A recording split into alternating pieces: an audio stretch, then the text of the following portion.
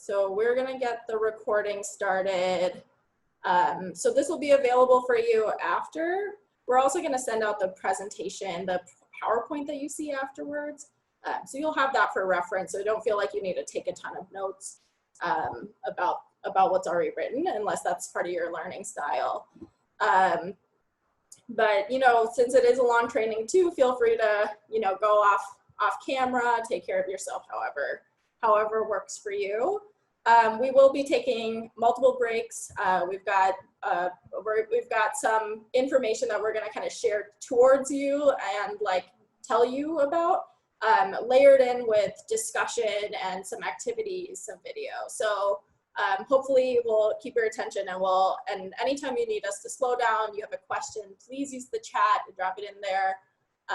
If anybody, I'm sure a lot of you have had to give workshops or trainings since this pandemic started and things really moved online. Maybe prior to that, it's newer to me, but it really feels like you're talking to yourself the whole time. So when you ask questions and when you engage with us, it really helps us to know that that you're engaged and that you're listening and that we're addressing what matters to you. So please go ahead and feel free to ask any questions that come up. I want to start by just acknowledging that, at least for me right now, I sit in Minneapolis, about half a block from Powderhorn Park on Dakota land. And we're in a moment in time in which there's a global pandemic happening. There's a lot of confusion and political unrest happening. And for those of us who are in Minneapolis, we had a curfew last night. We have a curfew tonight. And just are in a situation which is really unprecedented and chaotic. So I know that I know I'm walking in today feeling all of that, knowing all of that, and knowing that that's part of the reason civic education really matters, is that we are all affected by so many systems. That's so in our faces right now, but it's been true for a long time. I think the folks in this meeting know that. And so understanding those systems helps us to be able to navigate them in a way that it really makes sure that our needs are met and our community's needs are met. So I appreciate you all being here and taking the time. This is being recorded, so if you do have to go in between or whatever, you will have the opportunity to watch the rest. And I know we had multiple people who wanted to join today and weren't able to, so that'll be available for them as well. I wanted to, I think we can move to the next slide and talk about the goals of this training a little bit. The goals of this training are really to talk about, at a high level, how do elections work? How does government work? What do different elected offices do? And how does somebody run for office? And that really comes from a place of, you know, we spent a lot of time at Hennepin County elections, and a lot of folks do talking to community about what would really be impactful for changing the way people have access to elections, making sure more people have access to elections. And overwhelmingly, people said, we want year-round civic engagement. We want to understand the systems that we're working in. We want to be able to feel like there's not just an investment to, you know, in the moment we're in right now, 2.5 months out from the election, but there's an investment in the long term. And so the reason we're having this kind of larger 101 training that's really going over the basics is to capture the energy of the 2020 elections and of the census work and all of the funding that's being poured in right now, to be able to spend some time with you all, make sure that you have the opportunity to have really good conversations with your community in the lead up to that, but also to follow up starting in the winter with content that is diving deeper into each of these topics and creating space for community to really build that civic education over time and feel really knowledgeable about the systems. So thank you again for being here. I'm gonna pause before we go through the agenda to introduce the other facilitators, the other presenters of this conversation. Leanne, do you wanna introduce yourself? Yeah, I can go next. So this is Leanne.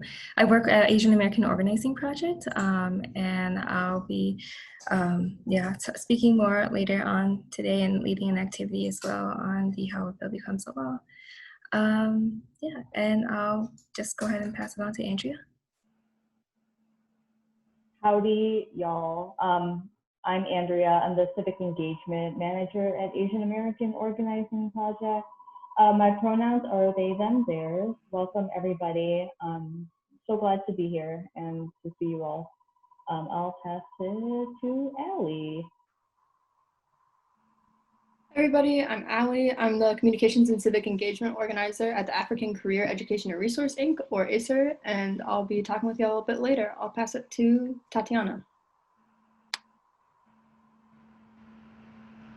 Hi, my name is Tatiana. I work on NMISHA's voter outreach and engagement team at Hennepin County Elections. So I think maybe like some of the communication you have may receive that from me. So I'm excited to have y'all here today, and I'm gonna pass it to Syra. Hi, I'm Saida. I also work with NMISHA doing voter outreach and engagement. I will just be taking notes and keeping track of the chat. So if anyone has any questions, feel free to put them there and I'll make sure they get addressed. Awesome. Thank you all. These are going to be our awesome presenters for today. So let's talk about, so you might have received with your invitation this a much more detailed agenda for today, but overall we'll be talking in a kind of 3 chunks. Again, there will be breaks and discussion and activities kind of layered into these, but first we'll focus on elections. How do elections work? Who's eligible? How do you vote? How do they run? We'll focus really specifically on that. Then we'll go into to governing, right? So the other part of once you elect people, what do they do and what structures do they work in? So we'll talk about government, the layers of government, what do different offices do? We'll get to talk about how a bill becomes a law and do a fun activity around that. And then we'll talk about public office. How does somebody run for public office? What does that look like? What do campaigns look like? All of that. Throughout, there'll be time again for you to ask questions given our content that we have here. The first thing we'll go into is elections with Andrea. So I'll pass it off. Hey, great. Yeah, thank you, Nimisha. So we'll begin our training with talking about elections, starting with the types of elections. If we can go to the next slide. And then, so we'll focus on presidential elections, midterm/gubernatorial elections, off-year elections, and then special elections. Starting with presidential elections, which are held on an even number year. Held on an even number year, occurring every 4 years. And then these races involve the race for president and vice president, 1/3 of the U.S. Senate, the entire House of Representatives, and then some state and local races. And then we can go to the next slide to talk more about midterm and gubernatorial elections, which are held also on an even number year between presidential elections. And then these races are for the governor and lieutenant governor, 1/3 of the U.S. Senate, the entire House of Representatives, and then again, some state and local races. And then off-year elections occur during an odd year, which are races for state and local positions, such as the Minneapolis mayoral and city council races that will be happening next year. And then finally, with special elections, they do not usually follow a typical election cycle, and then these races occur when there is a vacancy in an elected position before the term's conclusion. The most recent example being Ward 6 of Minneapolis, there being a Ward 6 vacancy in their city council member spot, in which a special election was held to fill that vacancy in the August election earlier this month. And so the next slide features just a general timeline of elections from here until November 2022 of what those, of a general timeline of the elections for this county. And then the next slide talks a little bit about uniform election dates effective as of 2018. They are typically the second Tuesday in February, April, May, August, and then the first Tuesday after the first Monday in November. And essentially what that means is, you know, say if Halloween falls on a Monday, that election wouldn't occur until the following Tuesday. So not that first, but a week after that. And county, municipal, and school district special elections must be held on one of these dates, with differing dates being possible in response to an emergency or disaster. Right. Okay, let's see. And then as we go to move forward to elections process and what that would entail, starting from the beginning, which is a declaration of candidacy, which is when a prospective candidate for a political office formally announces their intention to run. This is where they state their platforms and issues of which they'll focus their campaign on. And then campaigning is when a political candidate basically travels and meets with constituents to discuss their concerns and what they would like to do while in office to address the concerns of their constituents. This largely has taken place online, given the times that we're in. There are also debates in which a pool of candidates for the same political office debate on a particular issue. Oh, sorry, I will definitely slow down. Thank you for that feedback. Yes, thank you for that feedback. This is recorded, and then we'll send it out. But let me know too if you have any questions, concerns in the chat.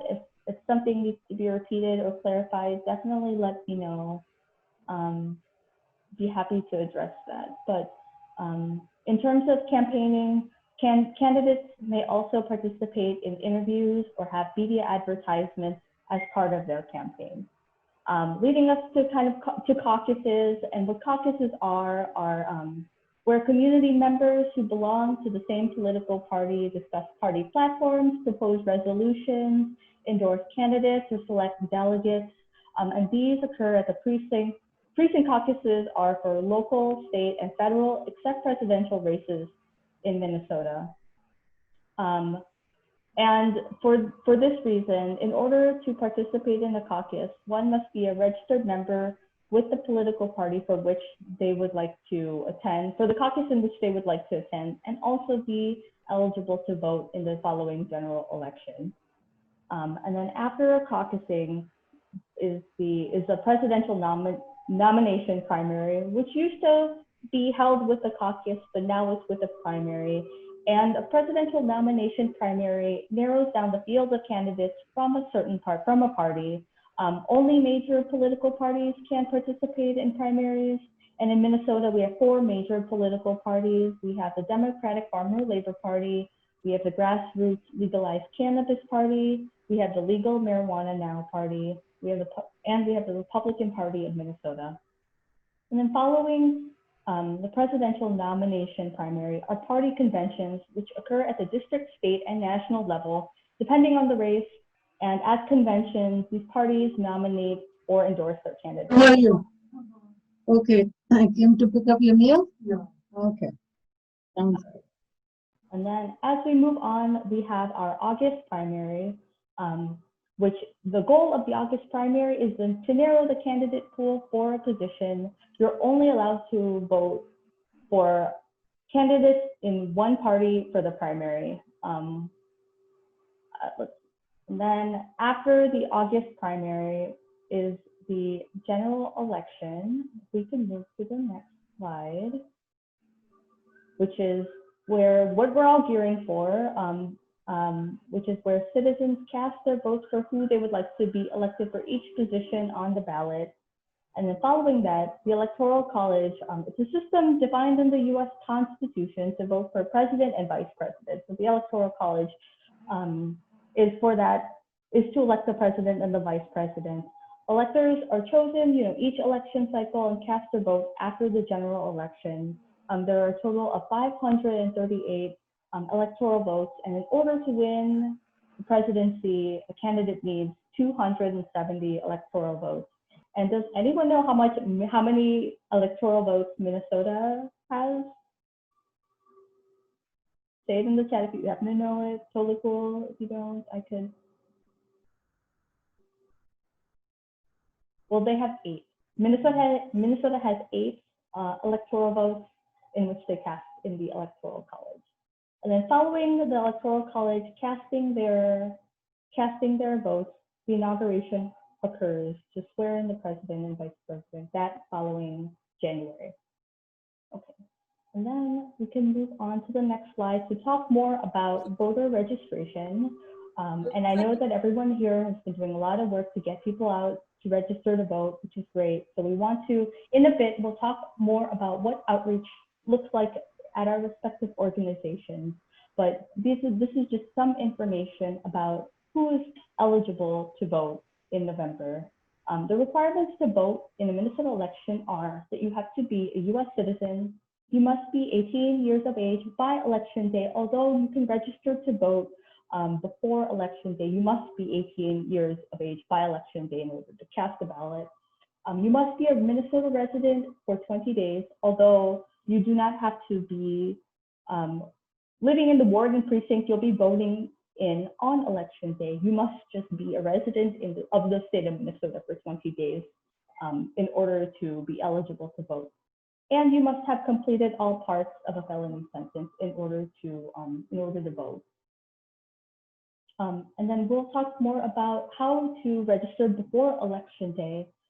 Registering online is probably the fastest and easiest method to register to vote. And then there is a link that we provided that will be in the presentation in order to get folks registered to vote online. Although residents can fill out and mail in a paper application if preferred, or if there is lacking access to technology, residents are still able to fill out and mail in a paper application. And in terms of registering on election day, what you need is an ID with your current name and address, and then this could take the form of a number of ways. You can present to the polling place with your photo ID and your current name, as well as a document with your current name and your current address to confirm that you are at the right polling place and on election day. Or you can have a registered voter for that ward and precinct accompany you at the polling place and be able to vouch for you living at the address that you state that you live in, and be able to vouch for your voter registration. And then one could also have a staff person of a residential facility assist them at the polling place. And then more information on how to get registered on election day is available at the Minnesota Secretary of State website. And then with regards to voting, with special circumstances, when you register to vote before election day, you must provide your current residence. And then this is where you sleep. So if you sleep at a friend's house, at a shelter, at an encampment or in a sanctuary, there is a place, there is a space in your voter registration to provide more information about, like with a description of your residence, if there isn't an address that you're able to provide. You are able to provide the street intersections or a description of your outside address if you do register to vote. And if the one thing I will say, and this is taken from the Secretary of State website, is if you register to vote before election day using an outdoor address or a description of a street intersection, your voter record may be marked as challenged because the county will be unable to confirm a certain street address. Although you will be able to cast a vote on election day, you would just need to sign an affidavit and confirm that your voter registration, that you do indeed, that your place of residence is where you had stated when you had registered prior to election day. If that is confusing, and that may be, definitely let us know. We'd be happy to help. And in terms and voting while and individuals who are incarcerated are still eligible to vote if they are not serving a felony sentence. Inmates must request an absentee ballot. And your criminal record will not affect your right to vote in Minnesota unless you're currently serving a felony sentence, including being on parole, probation, or supervised release. So if we move on to the next slide, which opens up this presentation for discussion, we're going to put. Before we move into that, I just want to acknowledge some of the questions that have been asked. We've been putting in answers to those questions in the chat, but I wanted to say the dates for declaration of candidacy, Raj, we put the information about the candidate filing period in there, but declaration of candidacy is actually like a non-official process that is just about, it's just a part of the campaign process where somebody gets to you know, get in front of a podium and say, I'm running for whatever. And then there are deadlines around the filing for different, engaging with like caucuses or being in the primary election and all of that that are laid out in that link that Ali, or that that Ali put in the chat there. So I just wanted to clarify that.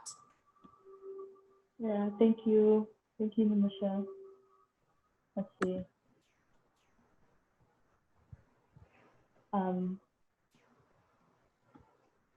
So what we'll do is put everyone in breakout rooms to get to know each other, and then answer the question, what does outreach look like at your organization? I think that we could all learn from each other in being able to see what will serve our communities best and how we've been able to reach out to our respective communities in terms of voter registration and voter outreach and voter education. Yeah, I think that that's what we will do right now.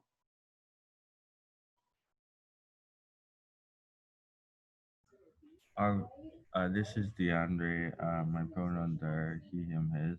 Were we just gonna share that in the chat or just like unmute ourselves and share what outreach looks like? We'll go into breakout rooms, and then you'll have some opportunity to kind of meet the other people in this session and talk about what is outreach looking like at your organization right now. Okay, thanks. We're getting the breakout rooms going, it looks like.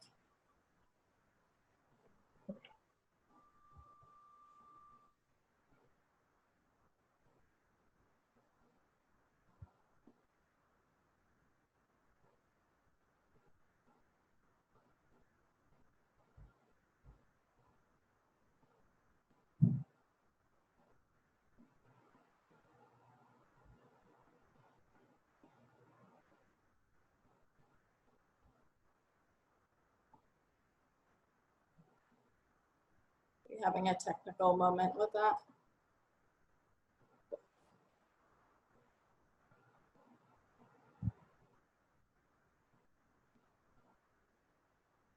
In the meantime, if you have other questions on your mind you want to drop in the chat too, we can get some answers to you. Oh, we're going.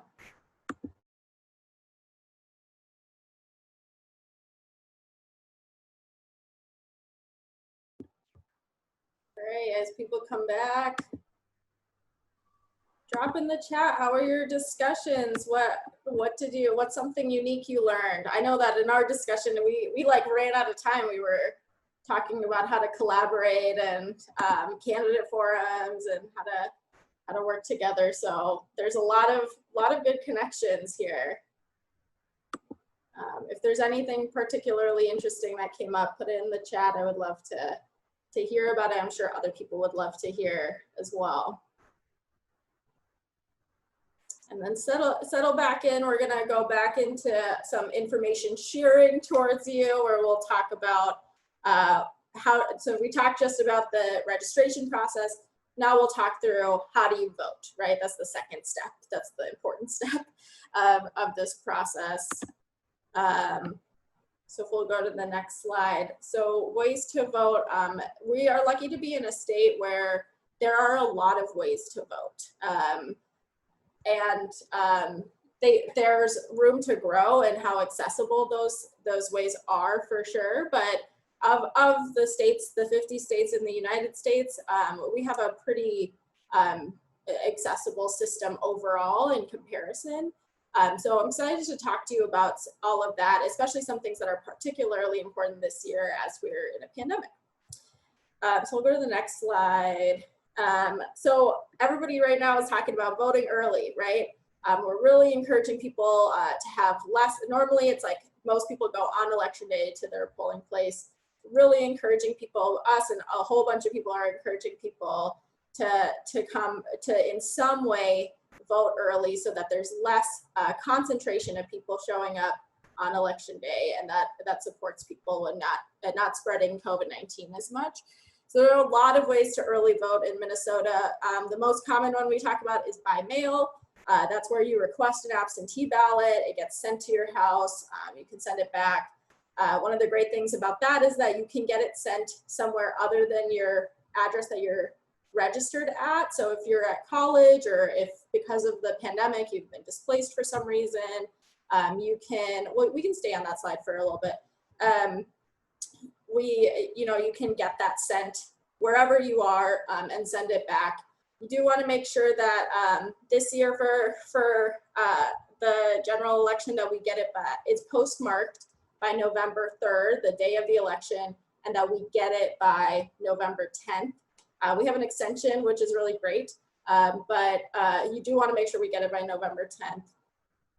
You always can, even if you get a ballot by mail, you can drop it off in person as well by 3 p.m. on election day. The other way that's really common to vote early is in person. So you can have a similar experience to what you would have in a polling place, but just in a more concentrated place. So either the government center or your city office. You can go vote in person. There's staff there for the full 46 days before the election waiting for you. So September 18th through November 2nd, there's an opportunity to do that. Go in person. That's also, like if you do want to vote in person, and that makes more sense for you for whatever reason, you need a translator to come with you, you need assistance, you want to use the accessible voting devices. We'll talk through all of those.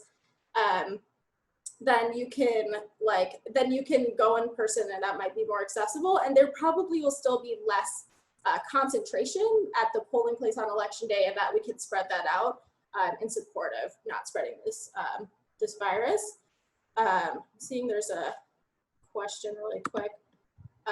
If you moved and want to register in your new city, do you use the same process? You can use the same process, but you'll need to re-register at that address. So that you can do kind of like Andrea said, online. You can do it when you vote too, like with your ballot. Even if you get your ballot mailed to you, you'll get a registration form mailed to you if you're not registered at that address. You do have to do a little bit more in terms of having some proof of ID and having somebody approve that and sign that they saw that. So just keep that in mind. It can be easier to pre-register, but not impossible either way. And then there's also a type of voting early that's actually for people who are abroad. So even if you were, living in Italy right now, but you're a Minnesota resident, you would be able to get a ballot sent to you, and that's a special kind of ballot we talk about as a UACAVA ballot. That can show up in a couple of different ways. Some people are long-term out of country residents, and so they actually can only vote on federal offices. They can't vote on any local offices, but they can get that they can get that sent to them just to vote on those federal offices. So president, Senate, House Or some people can get their full ballot sent to them as well. One type of voting early that we like to talk about now that there's a pandemic, we'll talk about on the next slide, is called agent delivery. So this is so that you can make picking up your ballot easier if you had an unexpected health thing pop up, is really what it's for in the law.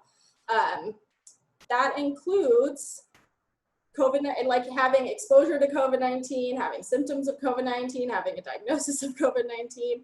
If in the 7 days before election day, you have any health thing pop up, or you're in a domestic abuse shelter, then you're able to use this process where you can have somebody that you know who is 18 or over, can work for up to 3 voters, but can go pick up your ballot for you and like physically bring it.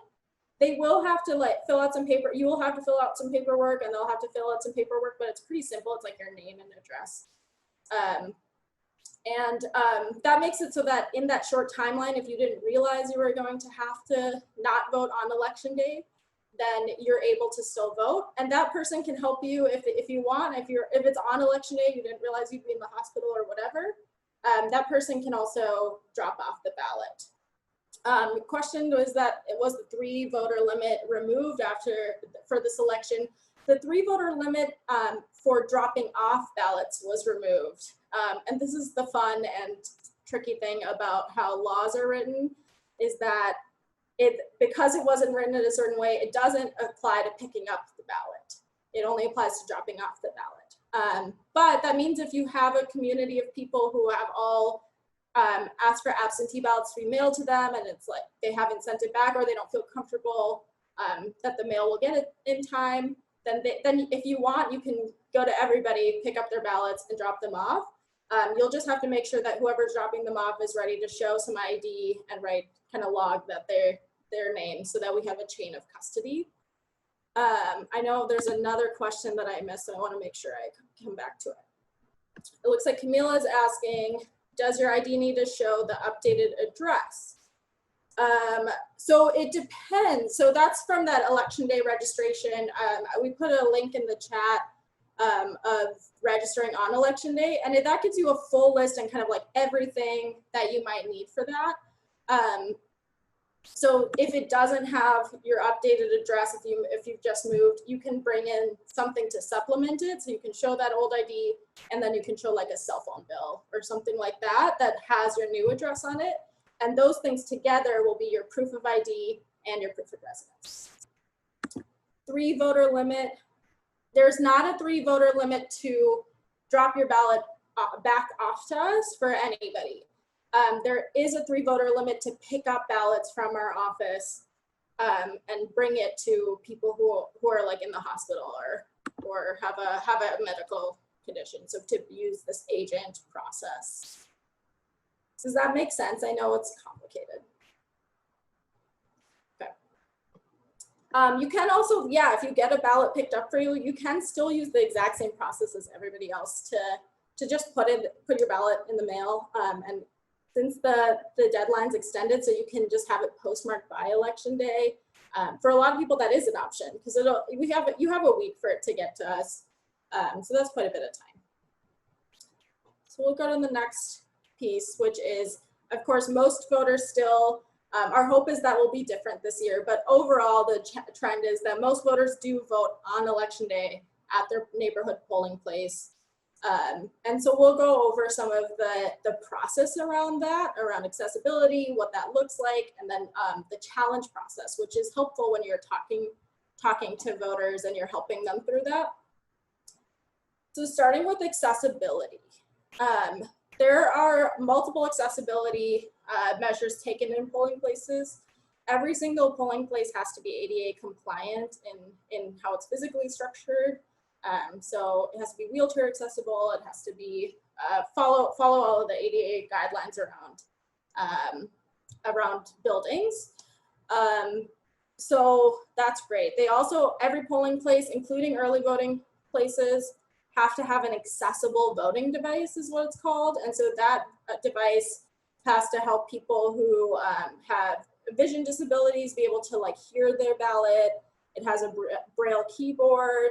It has the ability to use it's some folks if they aren't able to use their arms, there's a device they can bring and like plug in, which is called a sip and puff. It's like this long straw where you can use a sipping and puffing motion to kind of move through the different options on your ballot, and it'll read out those options to you, and then you can use those motions to select who you want to vote for, and it'll just like print out your selections onto your ballot for you. So that's pretty cool. It can also be good for large print. It can help zoom into the ballot as well. So every single polling place will have at least one, if not multiple. Most will have multiple of these, and they'll have a poll booth that is lower as well, so somebody who's sitting in a wheelchair could use that on the table. The other accessibility measure is another one is that you're always able to bring somebody to help translate or read through the ballot. Like don't ever let somebody, nobody should, but for some reason, if somebody says that you can't, you can absolutely bring somebody to help you translate or assist. There used to be a big headache of a limit of 3 voters that you could translate or assist for, and that would be really hard for those of us who are organizing folks and then trying to recruit volunteers to help with translation particularly. That limit is now gone due to our court case. So you can have, if you have volunteers who are helping with translation on election day or in an early voting site, they actually can help as many people, as many voters as want the help, which is great. You also, if there's election judges there who speak the language that you're hoping to have translation for, or if you're looking for general just assistance going through the ballot and marking the ballot, election judges can help you with that. Of course, that can, if you have people who want to work with somebody they trust and know, like that's a different situation that election judge might not be able to fulfill. And they also have some specifications around what they can say, which is different than if you brought somebody from your community with you, where an election judge has to read every single person who is on the ballot to you for an office. If you have somebody who's saying, I don't know the name of the person I wanted to vote for, but it's that lady who said this thing, and it's not that the election judge wouldn't know, like everybody would know. The election judge can't use that information to help guide that person. So they just have some really tight specifications, and that's to make sure that they stay, nonpartisan. They're really just helping make the election happen. So in those cases, it can be helpful, I think, to have like a volunteer or have somebody in the community or a family member be the assistant instead. And then the other accessibility measure in polling places that is really helpful in a pandemic, again, is curbside voting. And so again, this was originally something that was put into law for people who have mobility disabilities, where you can actually, to any polling place on election day and most early voting sites, you can have people drive up to outside the building. Sometimes you have to go flag somebody down in the polling place, so it's good to bring somebody if you can. But if you can't, often election judges will kind of be around the outside. But you can drive up and have election judges bring your ballot out to you and then bring it back and put it in the machine for you. I think that if somebody's really didn't have a plan to early vote, and this is going to happen, right? Like there's going to be people who, like, as much outreach as we do, decide at 5 p.m. on election day that they're going to vote. And if they are, say, high risk for COVID-19, this might be a better and safer option for them, so that they don't have to go into the building, though there are going to be a lot of safety measures taken in buildings as well, which we'll talk about. But so I think this is a really great option for people as we kind of move towards election day. I'm going to pause to make sure there aren't any questions I'm missing? Cool. So the process of actually voting on election day. So this, I'm not sure how big this looks for you or not, but this is the general layout of a polling place. Every single polling place is going to be different because, you know, some are in high school gyms and some are in church basements. And so there's a different layout for every single polling place. But generally, this is kind of the flow of a polling place where somebody will come in. There's a greeter judge there to make sure they're pointing them in the right place. Okay, cool. Thanks, Beth. And then they go to a poll book judge. So in Hennepin County, we have electronic poll books. So those are like iPads in which you can look up people's information, and it makes it a lot faster. Any of you who voted before that know that there used to be these gigantic binders that we would use. So now it's a lot faster. This is also where somebody would go, and there's probably even a separate iPad where it's just for people who are going to register that day so that they can be supported in that. Then they'll go to a demonstration election judge, and often these demonstration election judges and ballot judges are the same people, but not always. But so they'll go to somebody who will show them the ballot, who will explain what's on, not what's on the ballot in depth, but just the ballot itself to people, give them their ballot. So when they were at the poll book judge, they would have gotten a little ticket that said, yeah, like, yes, this person is registered, and then they exchange that ticket for a ballot with the ballot judge. And then they have the opportunity to use the auto mark or go to one of the voting booths and vote privately.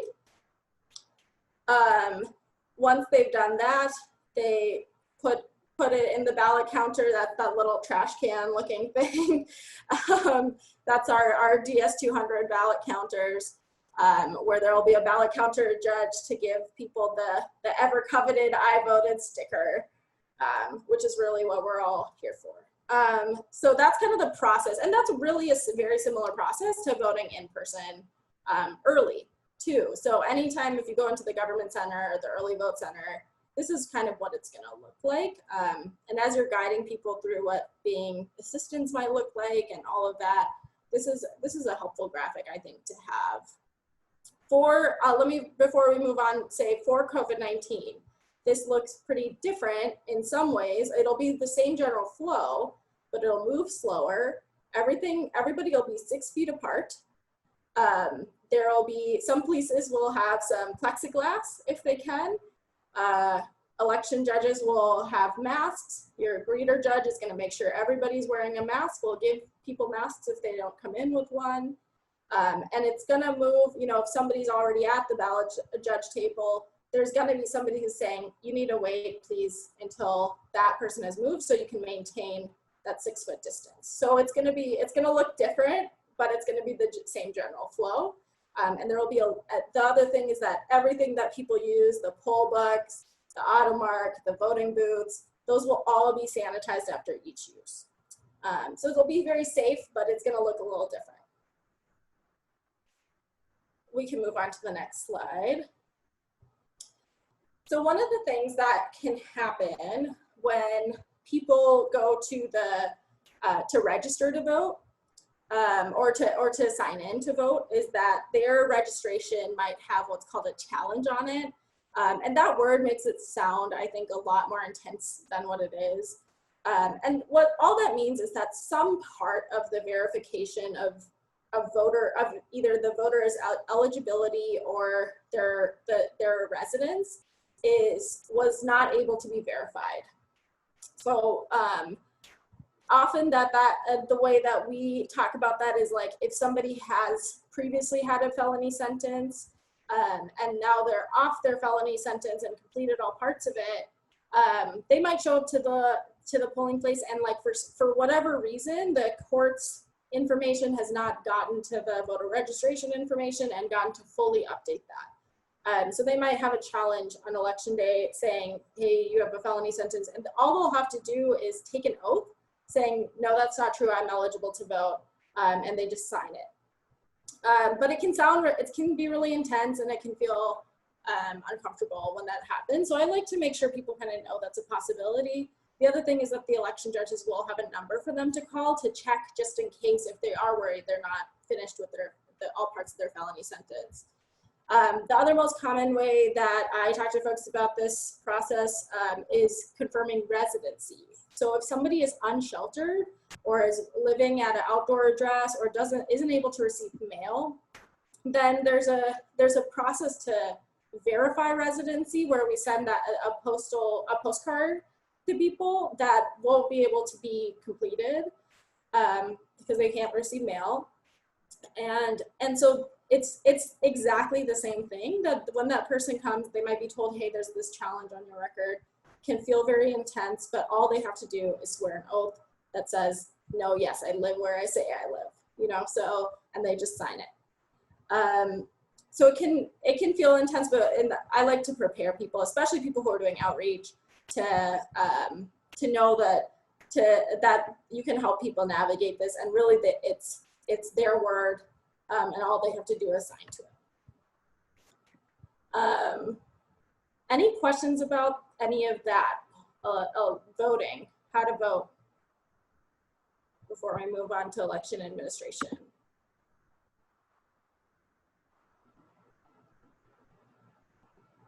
Okay.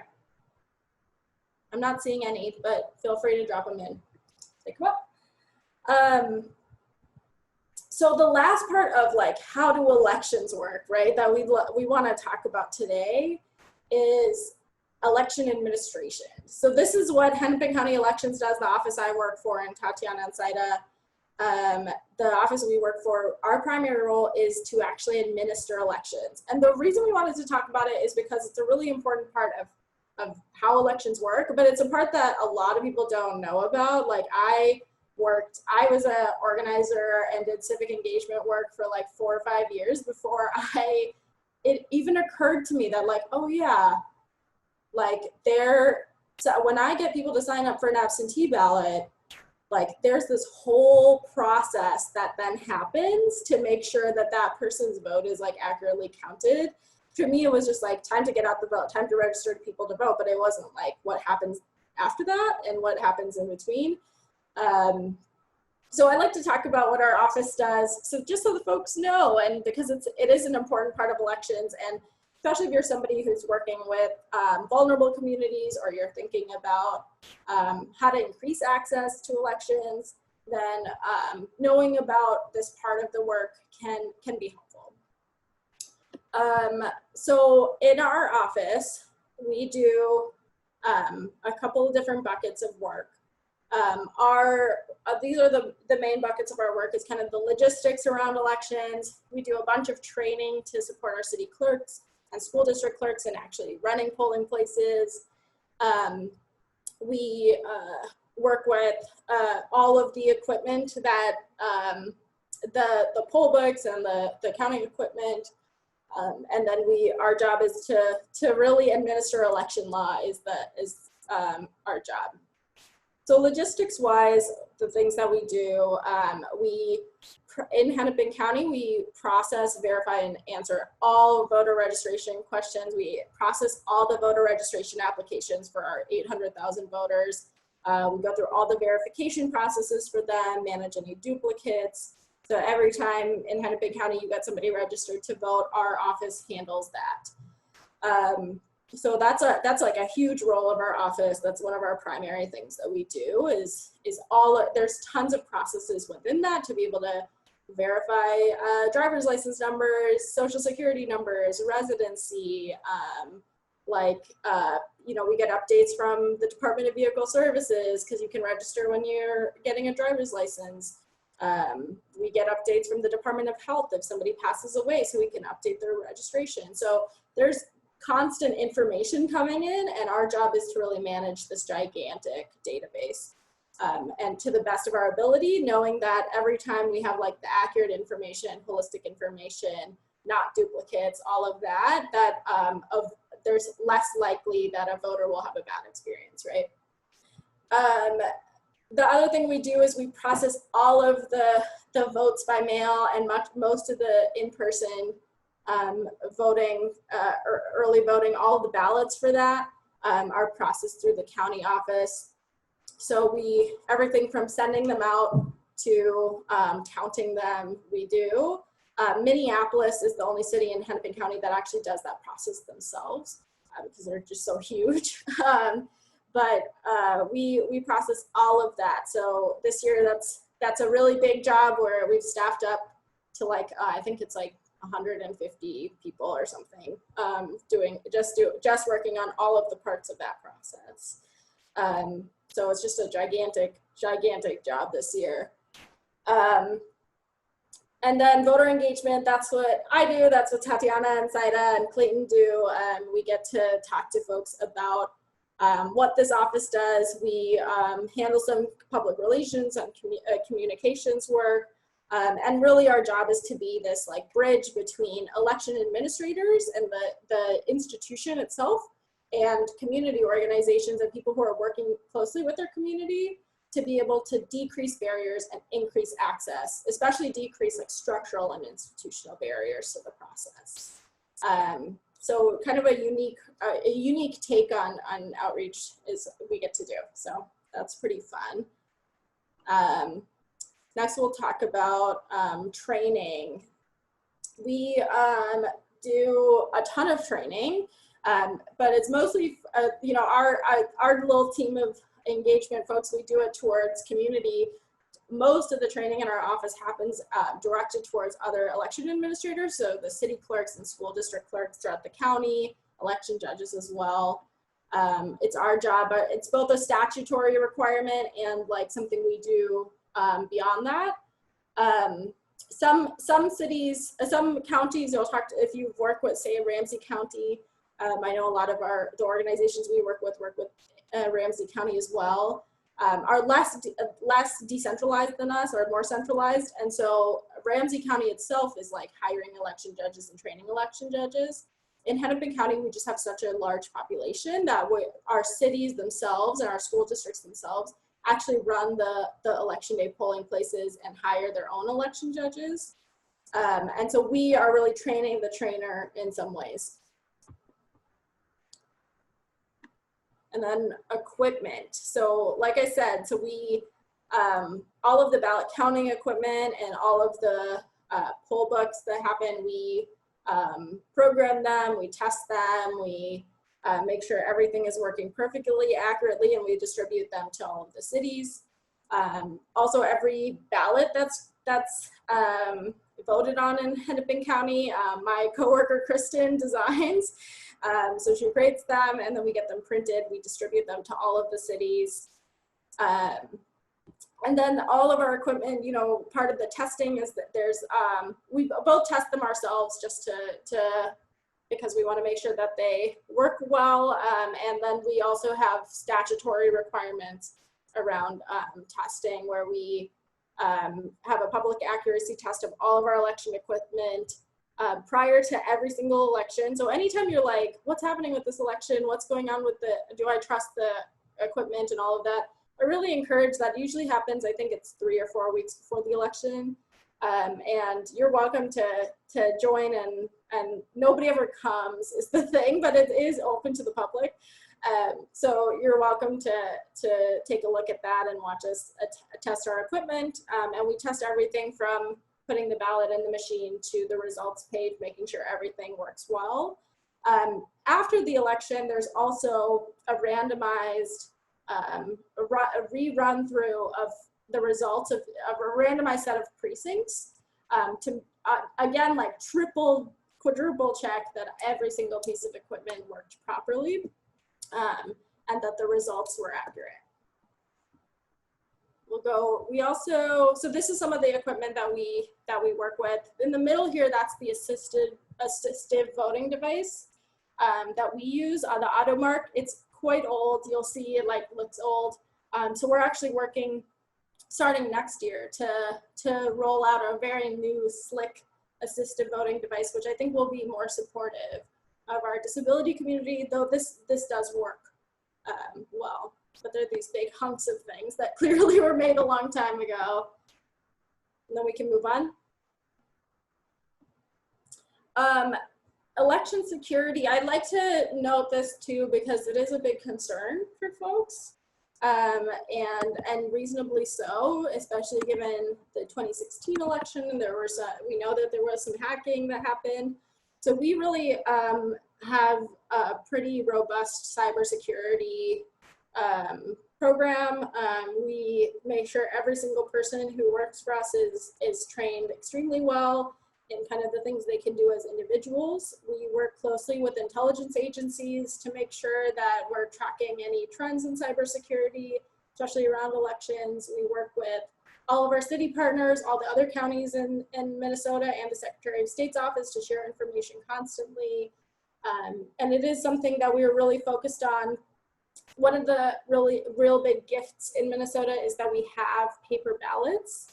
And so that, you know, paper is unhackable, right? So it really allows us to know that even if an attack did come and was somehow successful to getting into our system, we would be able to know exactly who people voted for.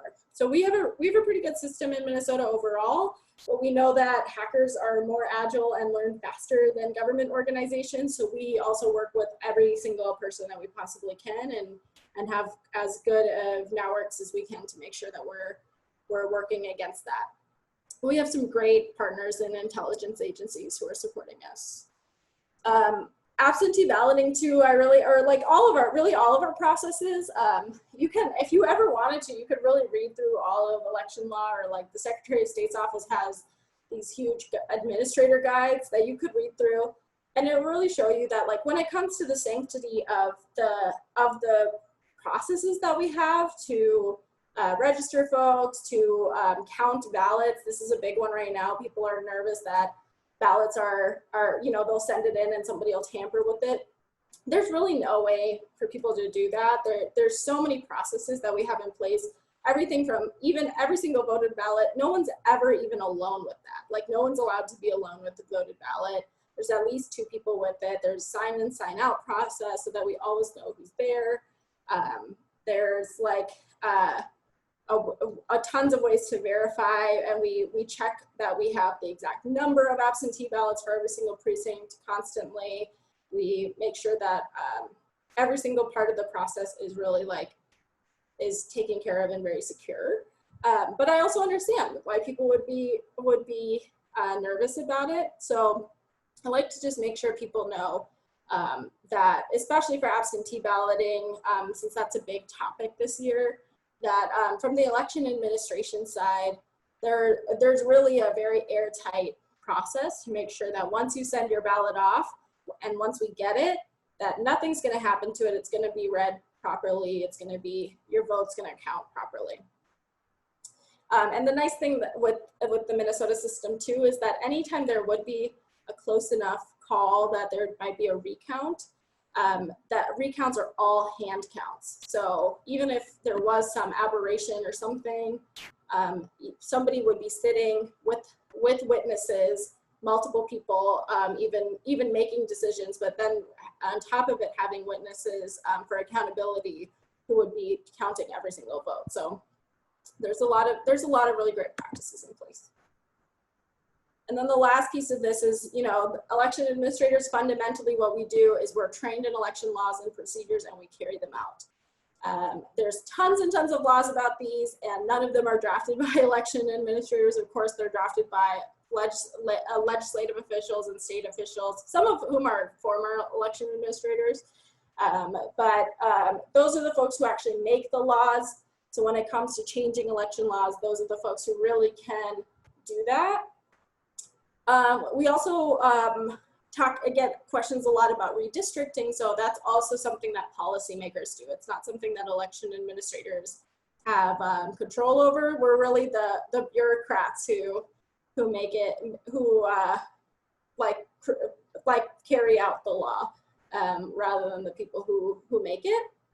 I will say though, of course, that, you know, being the biggest county in the state, being an election administrators, it's not like we don't have a say in some lobbying and all of that, but so we do have some power, but we don't create law. Any questions about any of that? I know it's like a ton of information.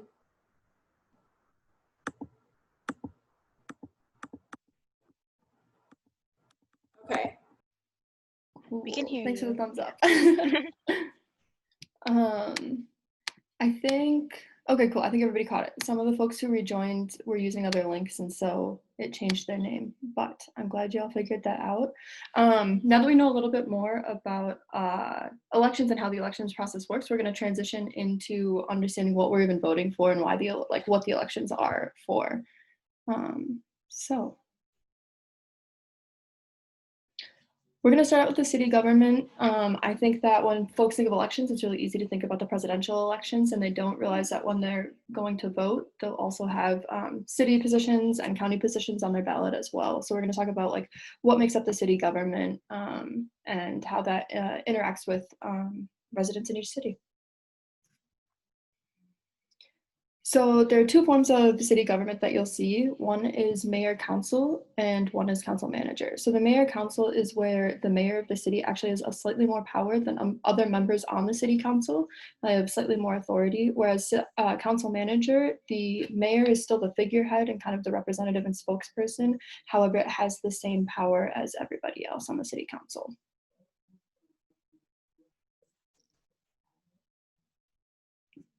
So the city council is made up of elected representatives from that city, and their job is to write ordinances that become city laws, and they can do that as well as put referendums on ballots, which is where the general population, like residents in that city, get to vote on what they want city ordinances to be. So this is where it's really important for folks to know about what their city council is talking about and considering. As community organizers, it's important to make sure that we're talking to our residents about the issues that the city council is considering, making sure that they're showing up to their city council meetings and sharing their perspectives and stories, because as the city council sits and listens to its constituents and you know, the issues that folks are facing, that's where they will write the ordinances, they will put referendums on the ballots, and that's where they're really able to work to serve their representatives. So I know ACER has done a lot of work here in Brooklyn Park with the city council around housing issues and making sure that we have affordable housing options. And so one of the city ordinances that we were able to pass here in Brooklyn Park was that any new apartment complex that goes up has to have a certain number of affordable housing units and Section 8 units, so that no matter what apartment complex goes up, there's going to be affordable housing options for members in the community. We've also taken or helped bring issues of parking and towing to city council members, because they're there to serve and represent all of us who live in their city. And so when we can go and say, hey, you know, I parked my car and it keeps getting towed and I don't understand why, or hey, my landlord isn't listening to me, they can start to, you know, like adapt the ordinances, make changes to help break down the barriers that they might not realize are happening. So beyond the city council, you can vote for your local government, your school board. So they are the decision-making bodies for your schools. And I don't think people realize that, or it's not as common for folks to consider the fact that they do get to vote for these positions. And this is really important to make sure that the school board is a representation of the members at the school too. So at ACER, we've been trying to make sure that our school board reflects our communities, because it's actually the school board that gets to make decisions about issues such as curriculum, the superintendent, and policies. So recently, like the Osseo School District voted, the Osseo School District School Board voted on the issues of police and officers in the schools. And so when you vote for a school board that represents you and what you believe in, you can have that reflected in the policies that come forward within how issues in schools are handled. County government is basically just like the next level. You have cities and then you have counties. Counties are made up of cities. And it's very similar structure to the city government. You have a board that is the county commission, you have the county attorney and the county sheriff. So just like with the city council, you get to vote for your county commission, which is a board of officials who oversee the operations management and administration. And you also get to vote for the county attorney. And so they are the head legal representative of the county. They're the ones who prosecute cases of those who commit crimes in the county. So if you are concerned, or the folks that you're reaching out to in the community are concerned about ways that cases are getting tried or handled, this is where we can remind them that when you show up and you vote, you're actually able to vote for the county attorney, who is the elected position that handles all of those cases. And the same goes for the county sheriff. It is actually an elected position, which is, I think, an important educational piece to share when you're going out in the communities. It's not related necessarily to policing. It is an elected position. It doesn't have to do with their background. And so they're the ones who carry out lost persons and writs issued by law enforcement and higher level crimes within the county.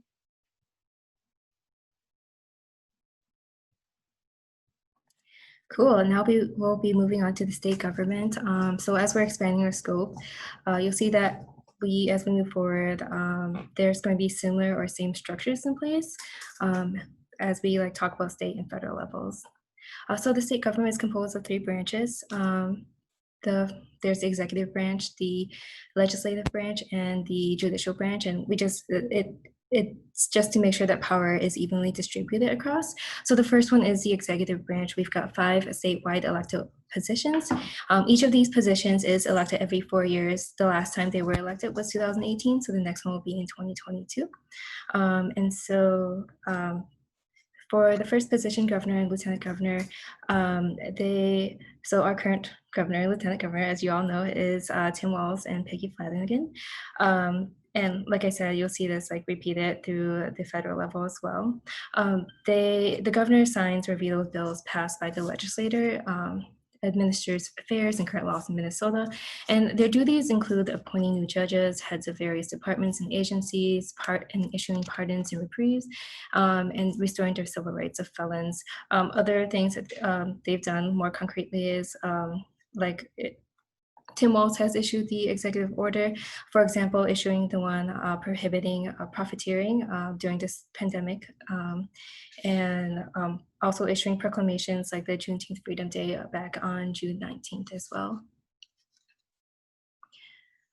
Secretary of State is currently Steve Simon.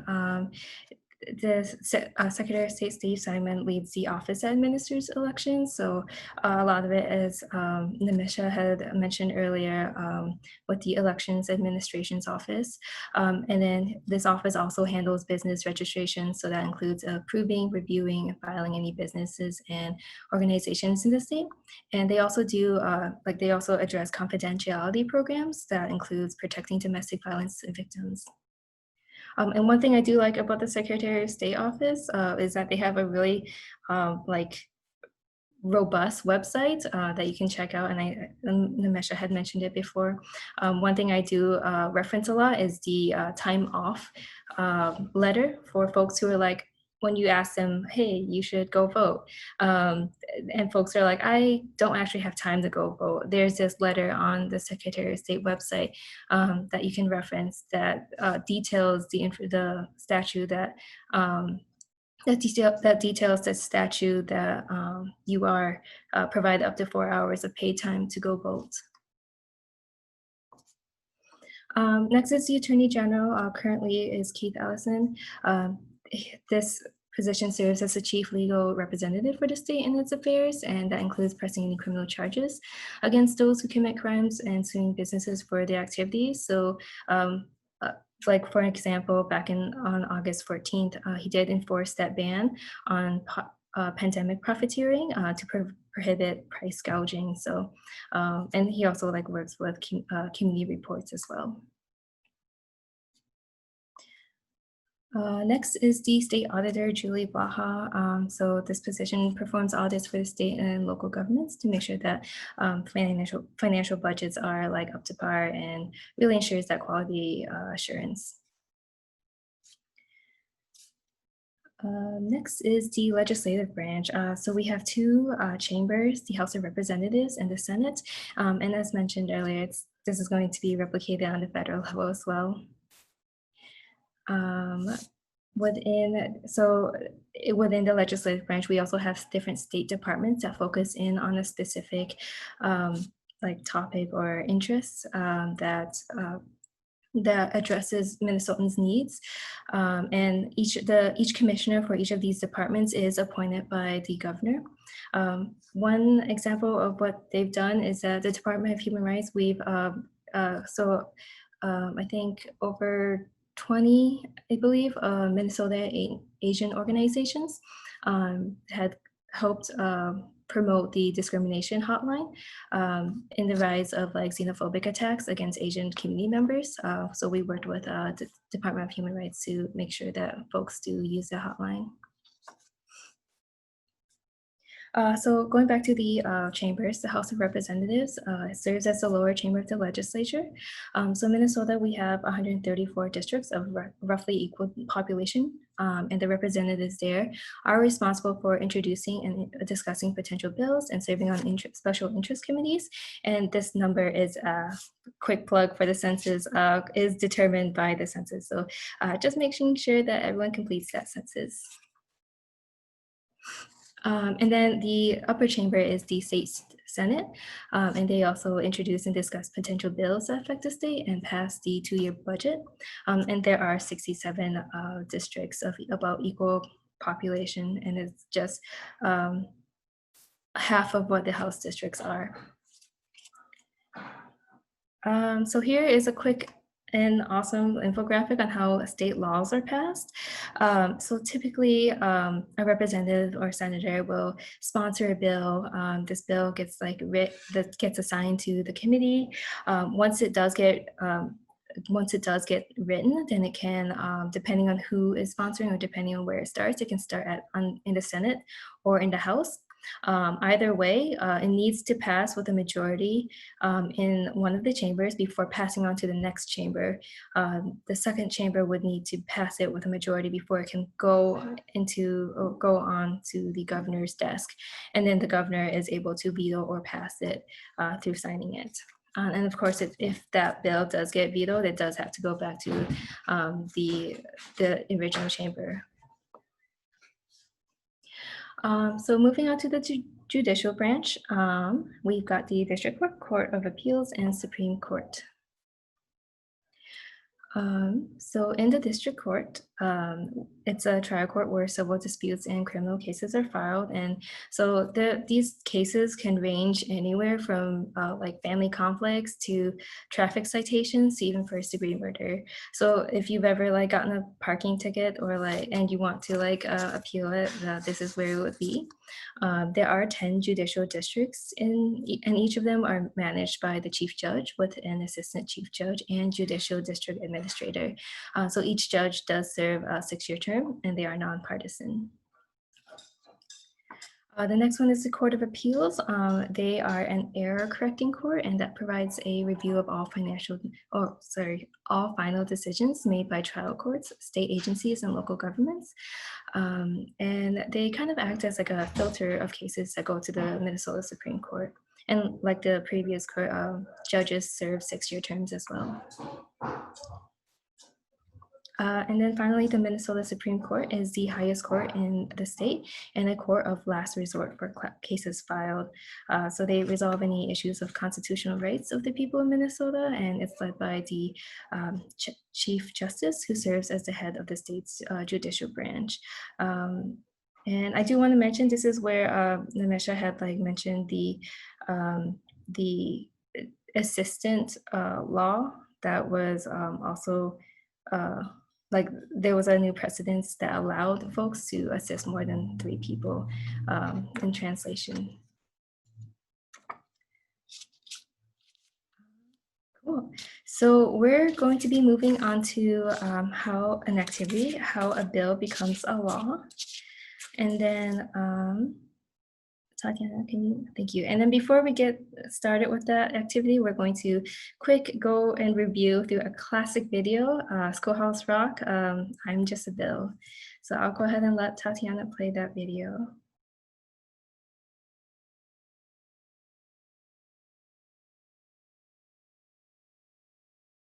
Your body grows bigger, your mind must flower. It's great to learn. Woo, you sure gotta climb a lot of steps to get to this Capitol building here in Washington. Well, I wonder who that sad little scrap of paper is. I'm just a bill, yes, I'm only a bill, and I'm sitting here on Capitol Hill. Well, it's a long, long journey to the capital city. It's a long, long wait while I'm sitting in committee, but I know I'll be a law someday. At least I hope and pray that I will, but today I am still just a bill. Gee, Bill, you certainly have a lot of patience and courage. Well, I got this far. When I started, I wasn't even a bill. I was just an idea. Some folks back home decided they wanted a law passed, so they called their local congressman, and he said, "You're right, there ought to be a law." Then he sat down and wrote me out and introduced me to Congress, and I became a bill. And I'll remain a bill until they decide to make me a law. I'm just a bill, yes, I'm only a bill, and I got as far as Capitol Hill. Well, now I'm stuck in committee, and I'll sit here and wait while a few key congressmen discuss and debate whether they should let me be a law. I hope and pray that they will, but today I am still just a bill.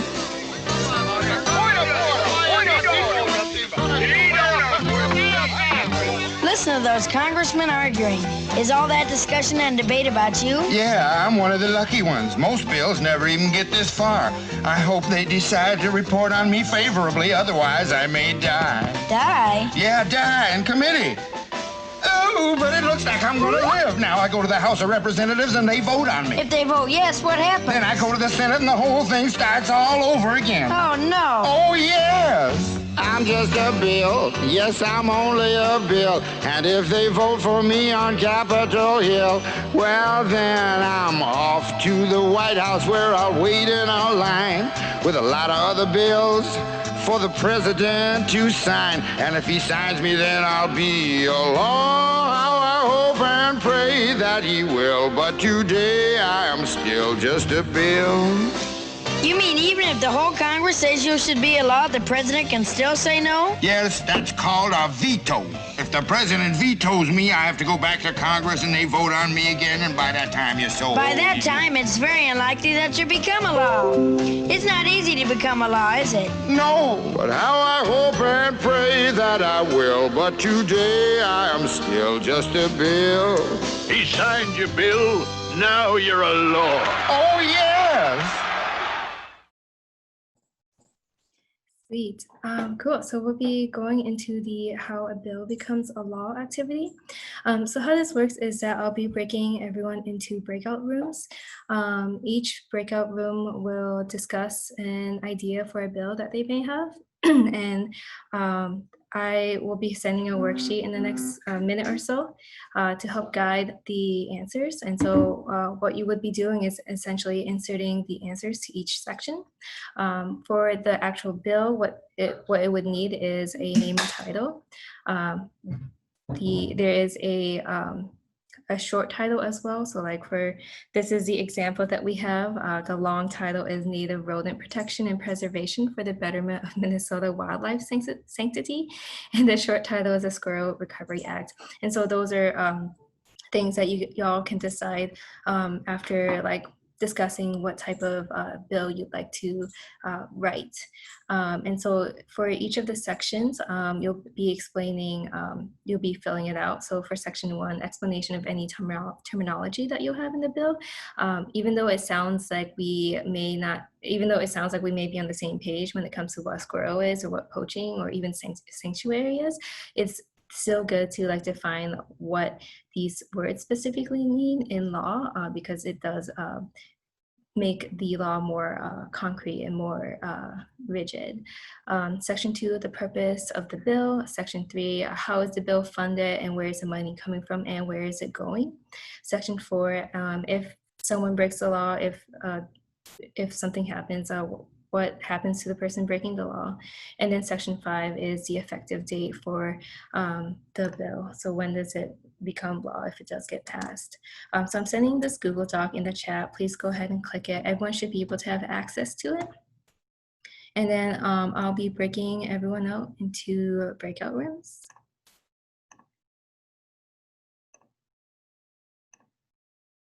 All right, and you all should have 15 minutes.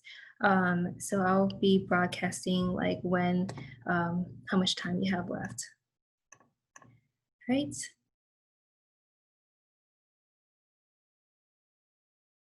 Welcome back. I believe that is everyone. Cool. So let's actually do kind of a brief discussion / debrief. Does anybody or any committee want to share what the bill that they've written? And if you do want to share, go ahead and put your name in the Slack so that, and you can, we'll just like do a, what's it called, the stack.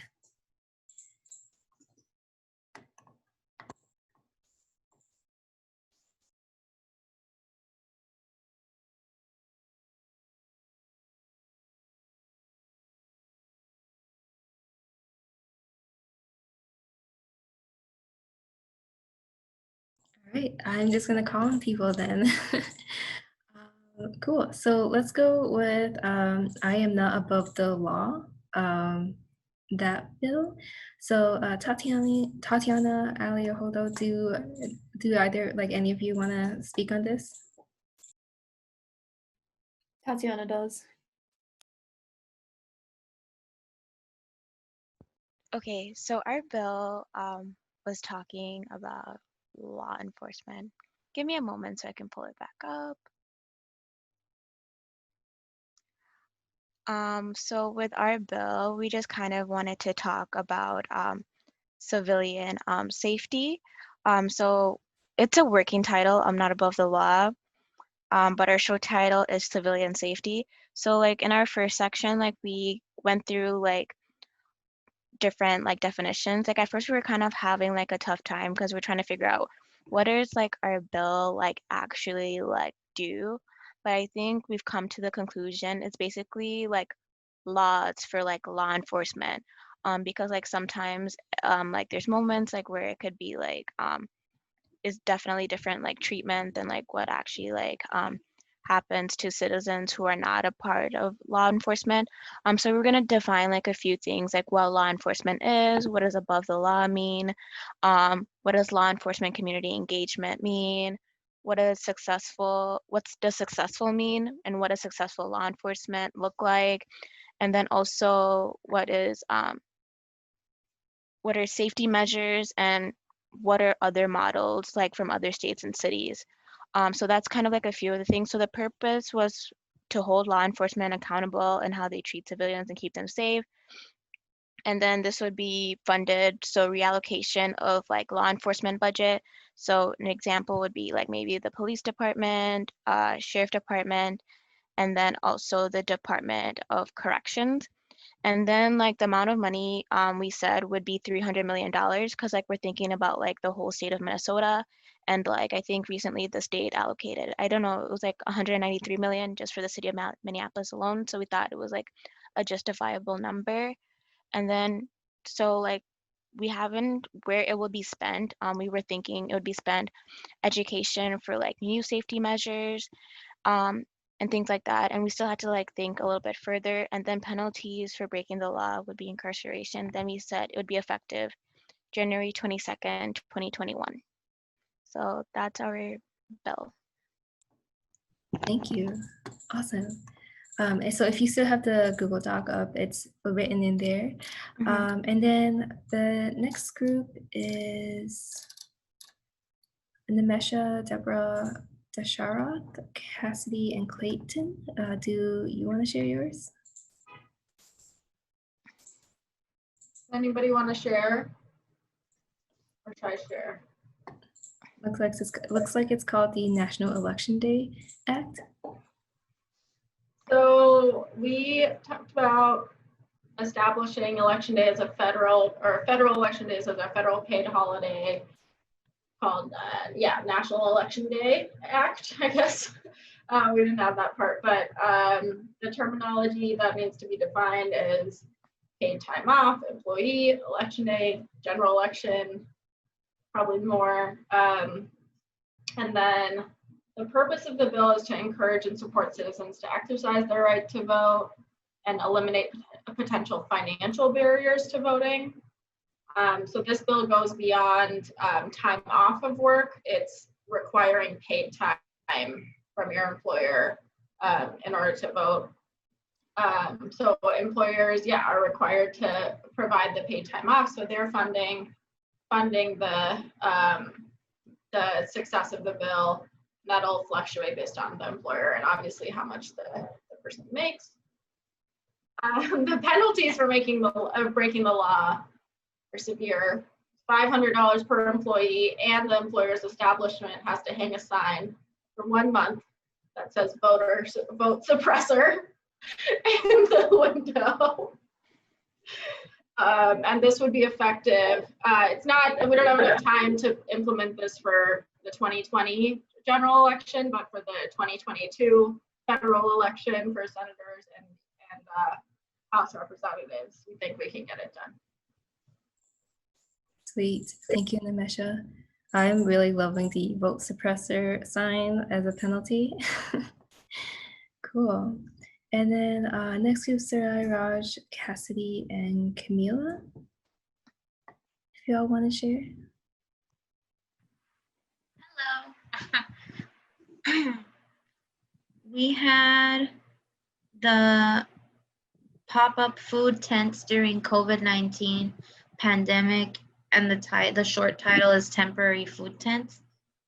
And I can just talk about section 1, and then if my teammate wants to continue, but basically we all agreed on having some type of mobile food distribution place, and it would have to follow certain things. And the first thing, it's a tent. It would have food, produce, canned goods, and it would have capacity for a certain amount of people it would serve, and it would be located in strategic, specific locations where we would know that there would be maybe like food deserts, or just like places where it would be accessible for communities that need it.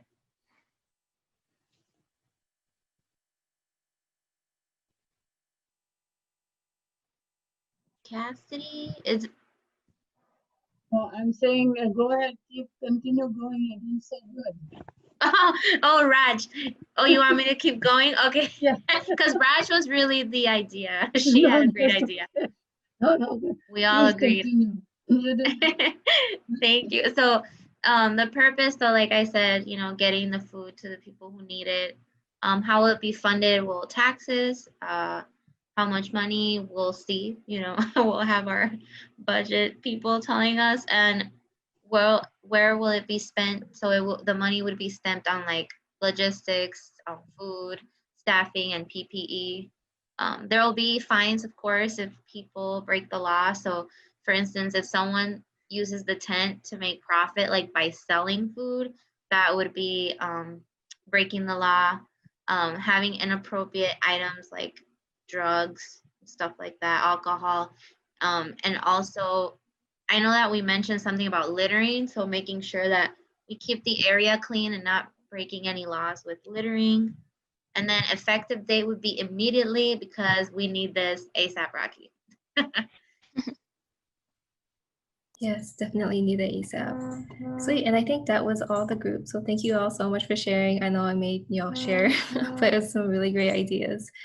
Cool. If we could take a moment to chat in the chat box, one word that was that describes how you felt about this activity.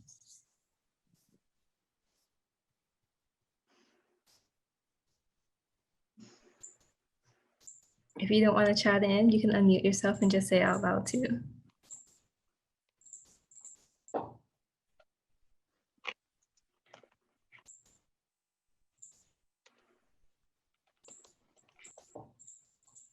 sweet, collaborative, engaging. It's okay if it's like uncertain also, or like confused. Nice.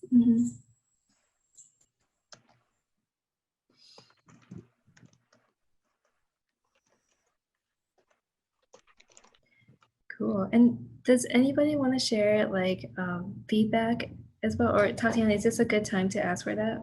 Yeah, that's fine. Okay.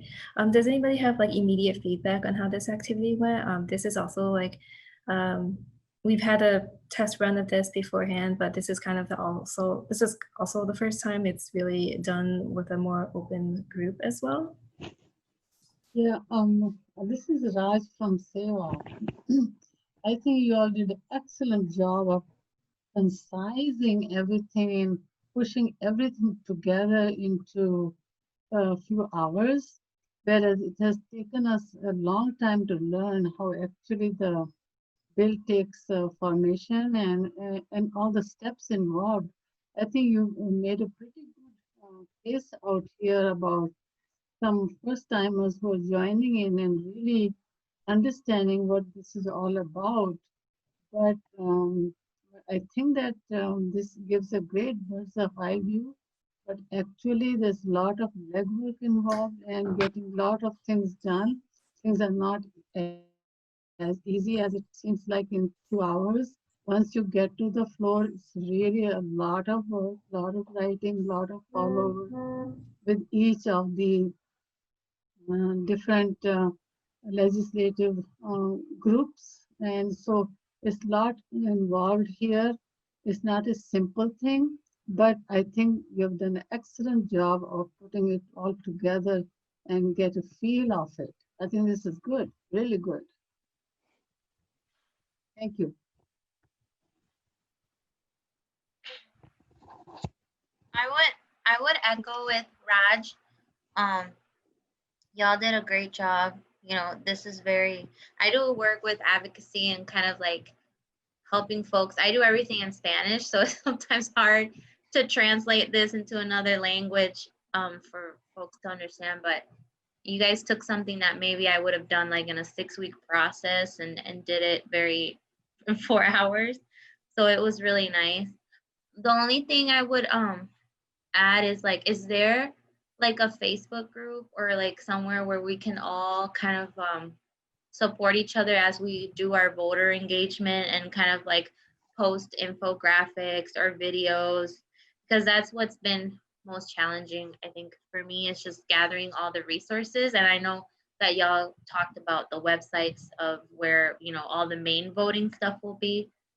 But if you have like other sites like this video that you posted, maybe there's like a Spanish video that I could use. So just a space where we could all kind of support each other as we all do the voter engagement piece.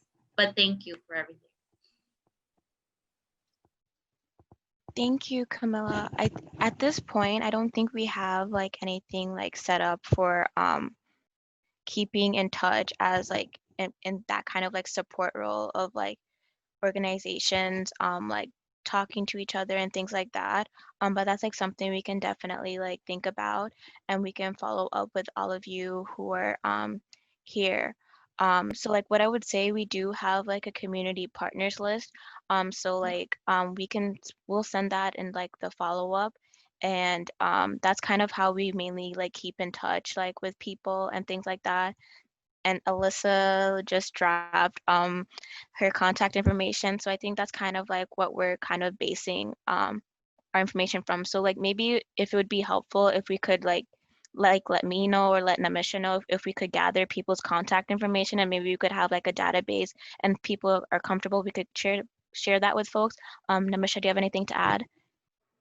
Yeah, I'll just say too that yeah, anytime like you want to share anything, I like to share like the stuff that our communications people make with infographics and all of that out to folks who are our partners. And then so anytime folks have other stuff they want to share to the whole group, you're welcome to send it to me. But I also think, yeah, there's an opportunity here that if you're interested, you can feel free, like Tatiana said, to just message us or message the group and put your contact information in. We don't want to just send everybody's information out because that you haven't consented to that yet. We could easily, like at least share everybody's information, get an email thread or something going to talk about it. Because I think that is really helpful. Cool, I'm seeing that we're getting some. So I think that's a really good point. And all of the materials from this training too will get sent to you as well. We do have like one more section of content to go through, but today, but it sounds like the activity was really helpful. Yeah. Can I say something, please? Yeah. I think Camilla was asking about more resources that she could use that has multilingual and explanation.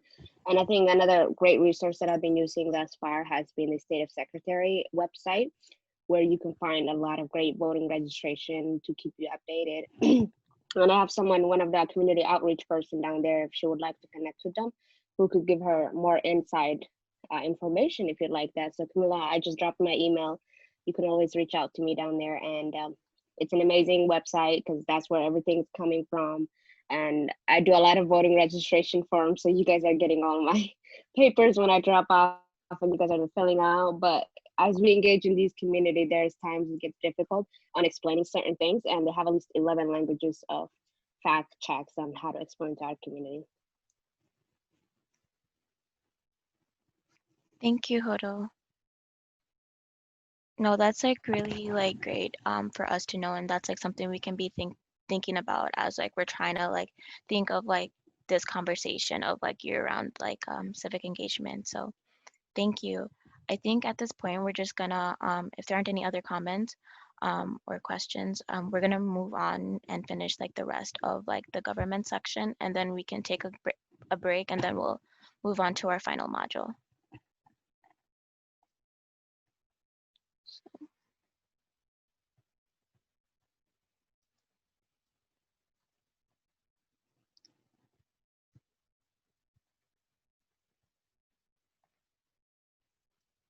I think Allie, when you're ready. Yeah, I am all set. Sweet. So now that we've worked through the city, county, and state governments, we can move on to the federal government. It'll look fairly similar to what we've been talking about. And that's why I'm thankful that we got to start with the local governments, because I think that's where we need the most education and the most outreach as we've been going out and doing the voter engagement work. But it's still important to reflect on how that is represented in our federal government as well. So just like with the state government, we have our three branches, the executive, legislature, and judicial. I really like the way that they break it down here on the slide, talking about the different ways that they relate to laws. But it goes back to the idea of checks and balances, making sure that the power is equally distributed and not kind of harbored in one of those branches. So the executive branch is essentially the president, who serves as the head of state and the commander-in-chief of the armed forces, and has the final say with the bills that are passed by Congress, and then is also our representative with other nations as they negotiate treaties. I think one thing that's important to note is that the treaties have to be approved by the Senate, and the bills that come from Congress are written kind of like we just did in our activity. So similar almost to the strong city government that we talked about, the president, still has to work with everybody else that has that final say and that final power. And alongside the president is the vice president, and they are the leader of the Senate. And so basically that role means that if there is a tie in the Senate, the vice president is the one who breaks the tie and makes that final decision there. And along with just final duties is to support the president. And for whatever reason the president is unable to serve, the vice president assumes the role, which has happened 9 different times in our country's history. 8 because of deaths and 1 because president actually resigned, and so then the vice president took over.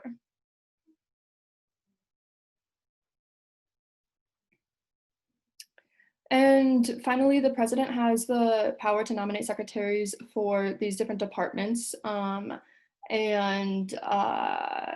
you can read through those real quick just to see that the president does do more than just is just a figurehead. The president also has the power to nominate folks for different positions, make the final calls on bills and laws, and so on and so forth.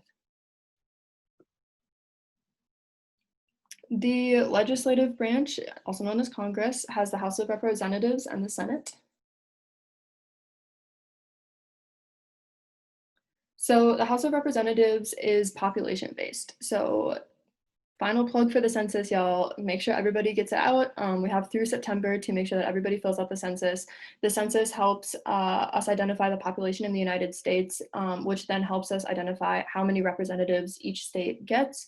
I think we've already mentioned that Minnesota currently has 8, but we are kind of on the edge of potentially losing a seat. So make sure we fill out the census to make sure that we have the representatives in the House of Representatives.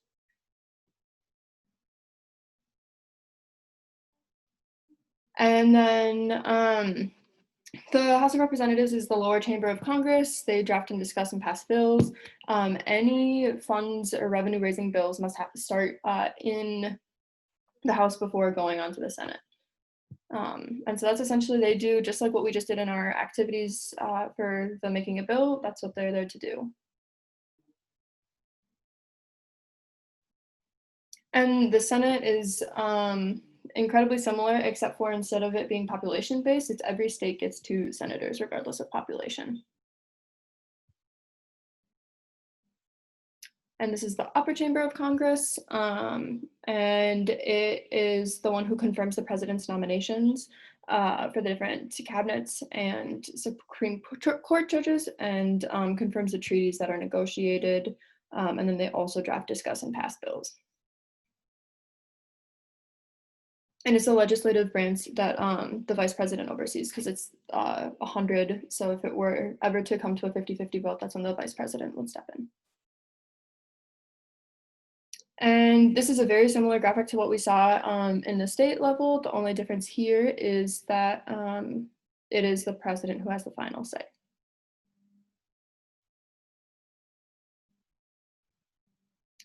Moving on to the judicial branch, it kind of has a hierarchy almost of the district courts, the Court of Appeals, and the Supreme Court.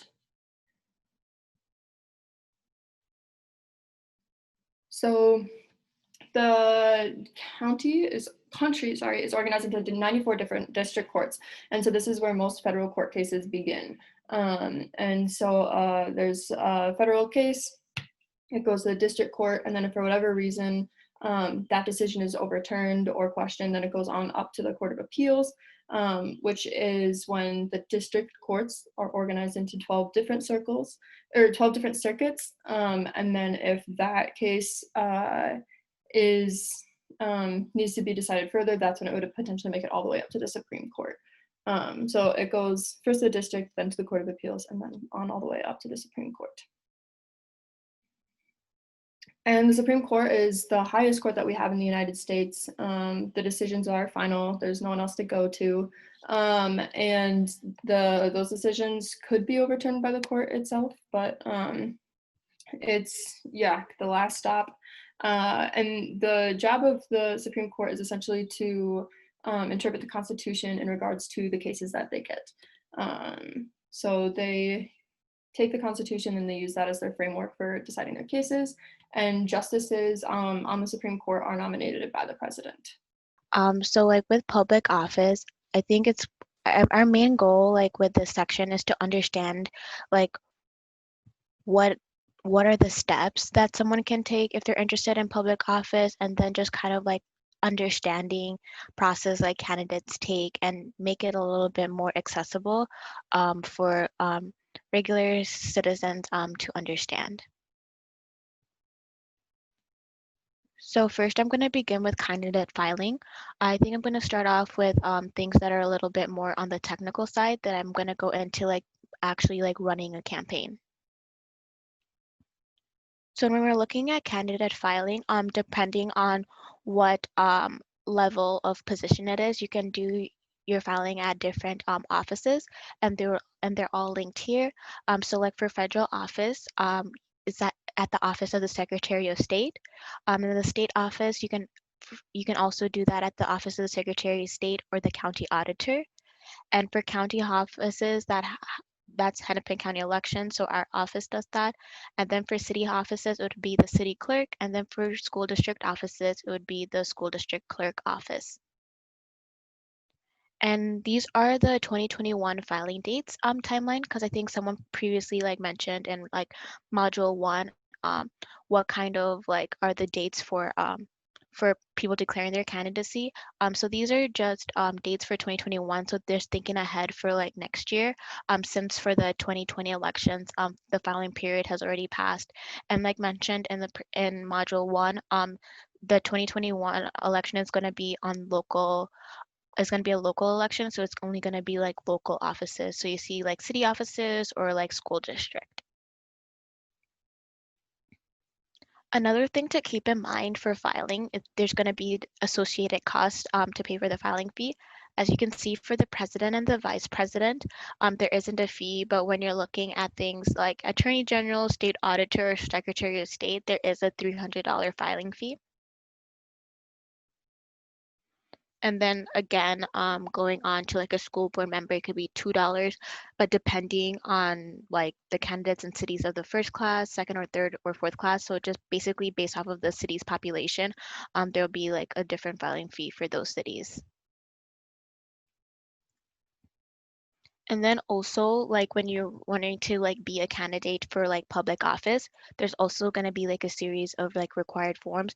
Like so on the left hand side, that's the affidavit of candidacy. So this is declaring your candidacy, and this is like public information that would be available at the Secretary of State office.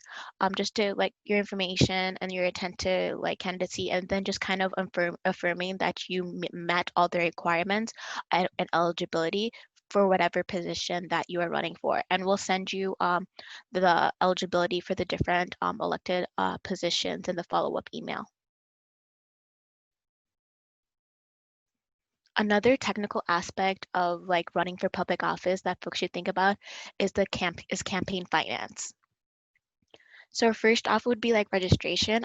So this is basically like a handbook, just kind of like the rules and regulations of someone who wants to run for office, they have to adhere to. That's something you can like take a look at if you're interested. And then also there's going to be like financial forms. So there's going to be a campaign like financial like report.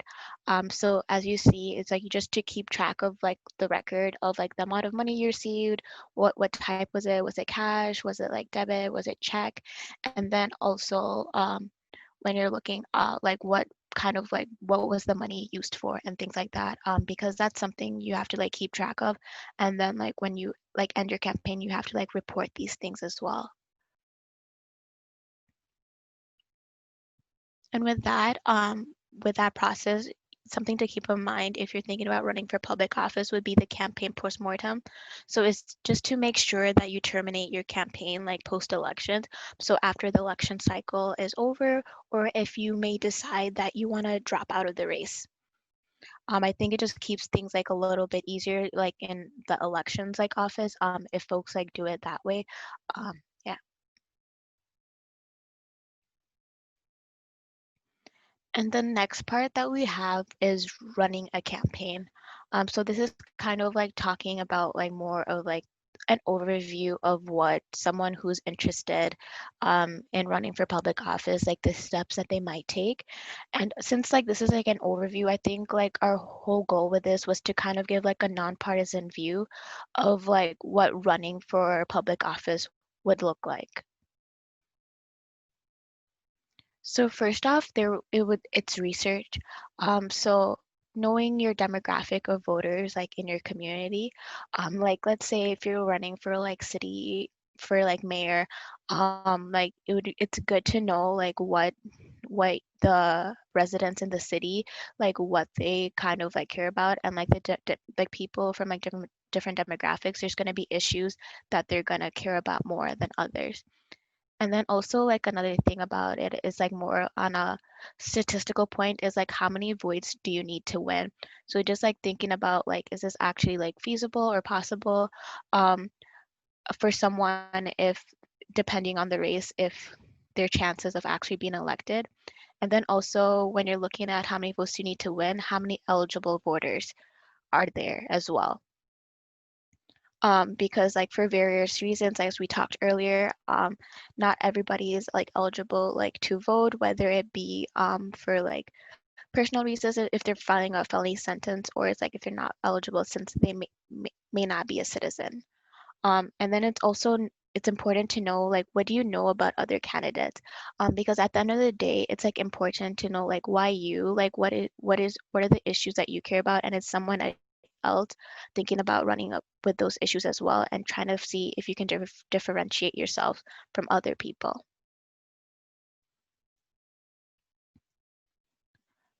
The next part was going to be a campaign team.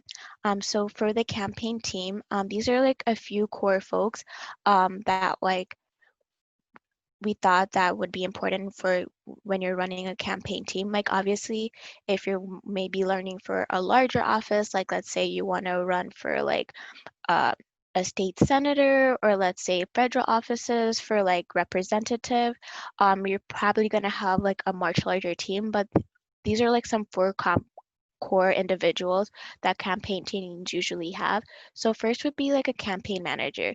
So they oversee all aspects of the campaign, and this is basically the candidate's go-to person. So like when it comes like to strategy, like platform, and getting all other folks like on board and how the campaign is doing, this is something that the campaign manager is in charge of. Next, following that would be like a fundraising coordinator or a finance coordinator. So they're responsible for raising money from that campaign for the campaign.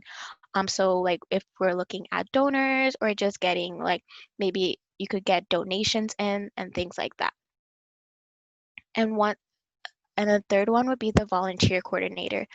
So like sometimes like pre-COVID, if people were going like knocking on your door to door, like, hey, do you know about this candidate and such, those are probably like those people probably came to your door due to the volunteer coordinator recruiting folks into various like campaign activities to assist the candidate in like getting themselves known to the community. And then a final role for a campaign team that's important is to have like a treasurer. So in the legality of like campaign finance, like the treasurer has to like sign all like the financial like legal forms, and they also monitor like financial aspects of the campaign. So it's like a little bit different than the fundraising. So they basically monitor all the money that's been brought in from fundraising.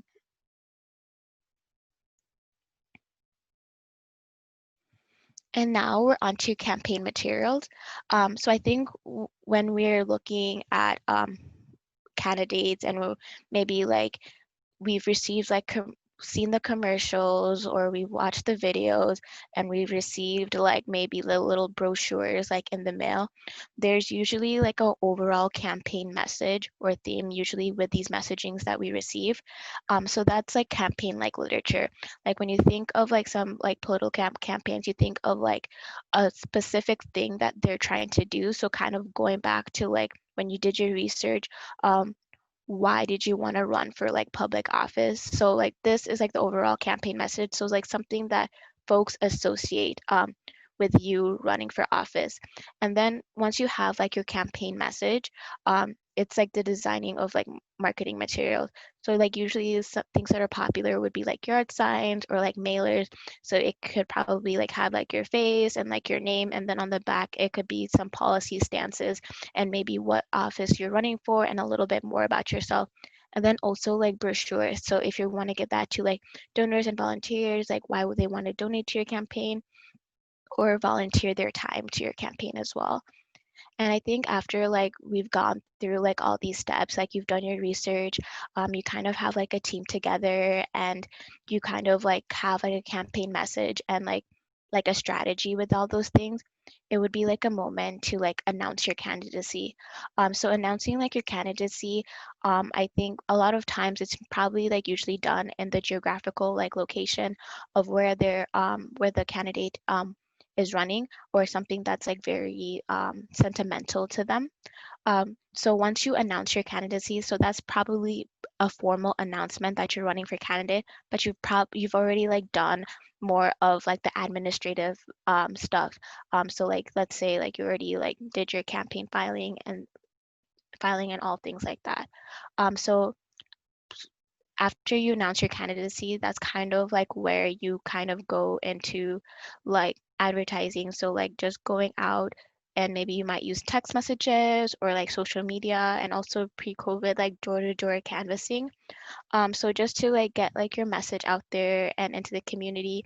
And then going back to the election cycle, you know, there may be like debates or candidate forums with other people like you're running, so people can get an understanding of what your platform is and what you stand for as a person, and what you could actually like do for them if you were actually elected into that position. So that's very important to keep in mind. So I think I went through like a lot of pieces of information. So like at this moment, I can stop if there's any other questions or comments, and then we can go into a discussion.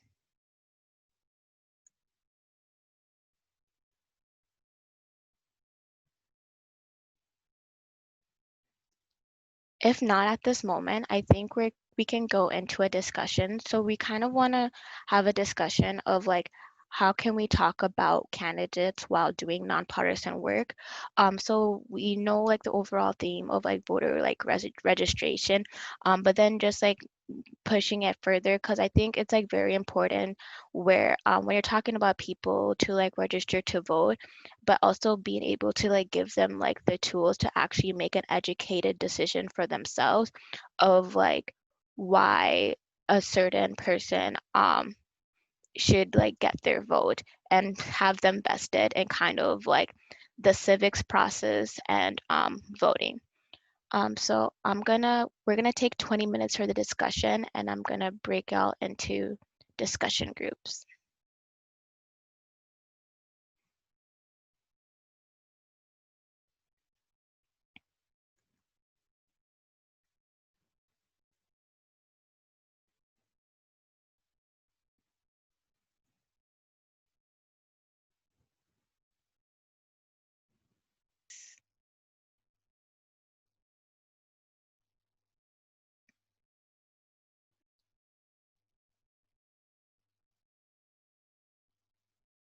How was everybody's discussion? I think I kind of like popped in and out of people's rooms, kind of like taking notes on people's discussions, but is there like any particular group that kind of like wants to share kind of like how their discussion went, or like what their thoughts were in those rooms?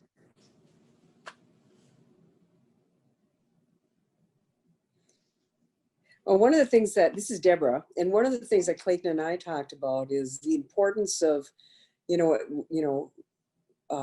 of utilizing the great resources that we have to direct people to information when they want more partisan information, to try to stay out, because League of Women Voters is a nonpartisan, nonprofit organization, and we certainly, that's our mission, to educate and support voter registration and provide information about, elections. So just to really utilize those resources to help people know that there's, Minnesota, the minvotes.org and other organizations that can provide people with some good critical information for their thought processes. So. Great. This is Cassidy, and my group talked about the using issues, and so focusing on issue-based work. So like we do a lot of, or like talking about different issues that the citizen thinks are important, and then helping guide them to find resources that will show them like where candidates that support the issues that they believe in are, and then just emphasizing that. And then also by giving information on all the candidates, I think is really important, especially with the lower level elections, because there's a lot of smaller elections that people may not know about and may not know what the names are, but just providing sufficient information so they are informed when they vote. That's great. That's really important because I think like a lot of times it's like, you know, when we're going through like information of like government, it's like, especially in this presidential election cycle, it's like, okay, we're voting for president, but then it's like you sometimes forget like there's other like important races at the local level that kind of like directly affect like your day-to-day life. So I think that's like a really great approach, like thinking about like issues, because then I think it kind of gets like people like to realize, okay, maybe like what I think like actually like matters, and maybe this is why I should actually like actively participate, you know? So that's really good. Anybody else would like to share? One of the things we talked about a little bit was I was talking to Cassidy Pelkey and Hodo from CARE, and we talked a little bit about how it can be kind of hard to navigate a nonpartisan conversation if like candidates won't show up to a candidate forum because they perceive you to be leaning towards a party or not, or towards a political side of the spectrum. And just that you have to kind of roll with that. And luckily we have folks like the league who have been doing that for a long time and have kind of over a lot of practice established kind of a set of practices that like, okay, in these situations, if one of the candidates doesn't show up, we won't have the forum, and in these situations we will, and here's why, to kind of learn from as we do this work.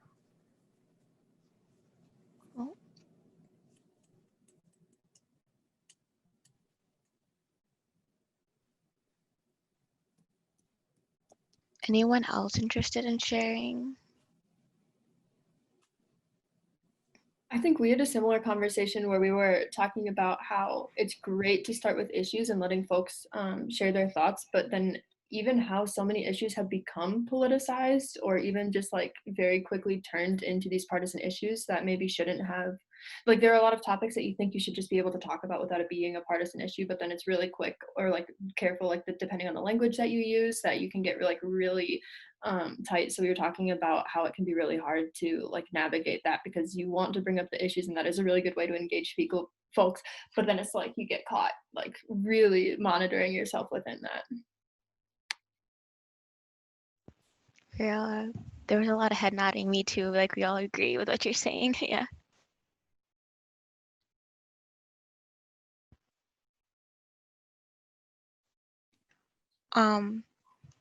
So did someone else want to speak?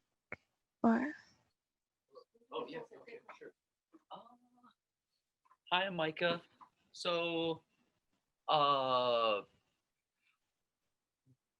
things that I've been thinking about, not exactly aligned with what we've been talking about, but I feel it's important. Like, and one thing I see as far as like an unintended consequence of the previous election is that the Trump presidency has opened up a lot of precedents for expansion of powers of the executive branch, and considering things like factionalism and changing of industries from military industrial prison complex that will be transforming the United States over the next period of time. I was like, should we reduce the term limit on presidency? Like, I honestly think it should be 2 years. I think anything beyond that gives a single party interest or a corporatocracy or an oligarchy way too much power over. And then you throw in the electoral college and voter suppression, all this stuff, and you just have this dead gridlocked bureaucracy. And so just something that I've been thinking about. thank you for sharing, Micah. Yeah, there's like a lot of like good points you brought up. I think like sometimes when we look at kind of like who's in office, kind of like the issues and like the state of the country and things that we're thinking about. And I think the electoral college is something that like a lot of folks like are thinking about, and like maybe like thinking about like how like the way we vote is like kind of changing, like when we're took like when there's things like the national popular vote and like ranked choice voting. I think it's just like it's opened up like a lot of like different conversation, and it's like when we're looking at the whole electoral process in general, it's a little, not a little bit, it's like a bit complicated once you keep on going deeper. Because I can even say for myself, you know, like you think you understand something, but then you get like a little bit deeper and you're just like, okay, because of this, then this. So yeah, thank you for bringing that point up. Yeah. Let's just get rid of the electoral college, 2 or 3 year term limits on presidencies. Yeah, that's really challenging because like when we're talking about the electoral college, like that's something that's like actually like in the Constitution. So it would be like have to be like a whole thing of like actually getting like an amendment if that was like something to actually like occur. Yeah. But no, like really good like conversation. And I think like I really appreciated like kind of like learning like a bit more about like folks and kind of like the work that you all do. And I think a little bit deeper because I think like at sometimes we kind of like are in these meetings but we don't really get an opportunity or chance to like interact with other ideas and kind of like share that kind of aspect. So I really like appreciated you all for like sticking through that and kind of going through this process like with us.